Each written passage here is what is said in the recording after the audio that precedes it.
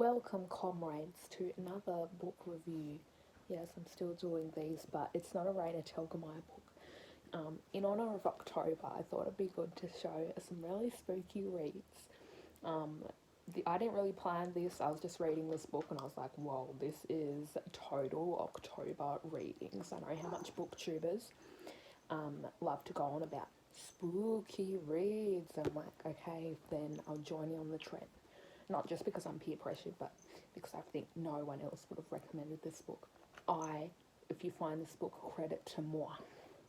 And it's called All the Vitals, and um, it's about like all these organs that live inside a woman's body, and there's a cancer, and they can all communicate with each other. I know it's just pretty straightforward.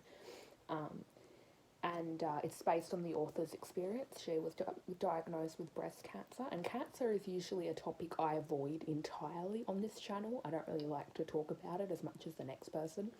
I like to think that my channel is a cancer-free space, but if I got cancer, that would be ironic.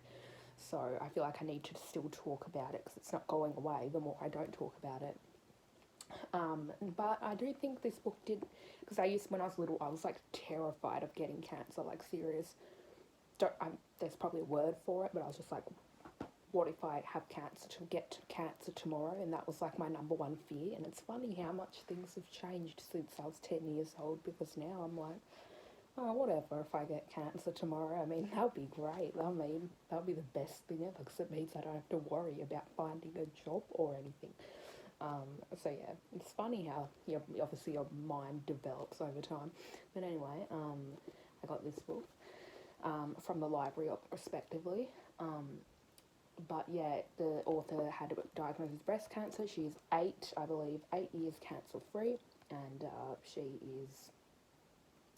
So yeah, she decided to write this fiction book, and it's very easy to read, which is such a relief, and why I'm reviewing this for you, because usually books like these, I just think, oh, it's just too adult. I bet there's going to be really difficult like explanations. It's going to be like a Sheila Heti, I think that's her name.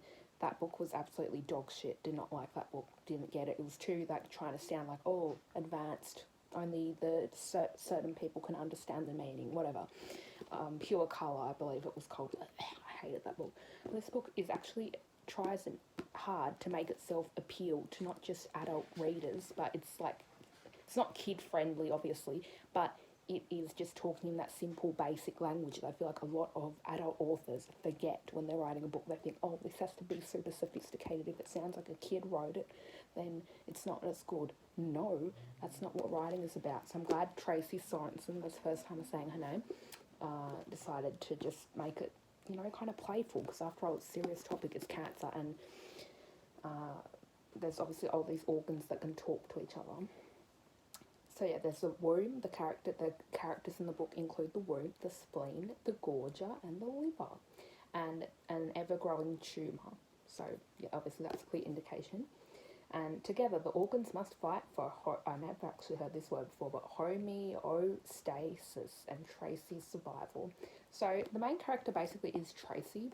So it's obviously like a fictional version of her life, but it kind of made me like think twice about my body and like what if my organs can talk to each other. So I definitely felt that sort of duality concern when reading this book. Like, what if my head and my body aren't one? What if my body they have little tiny bits swimming inside me? So that was definitely why this book is an October read, because it sort of freaks you out, to be honest.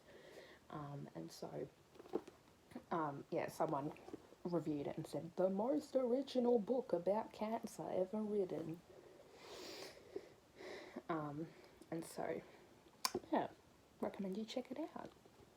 And think twice if you thought your organs couldn't speak to each other.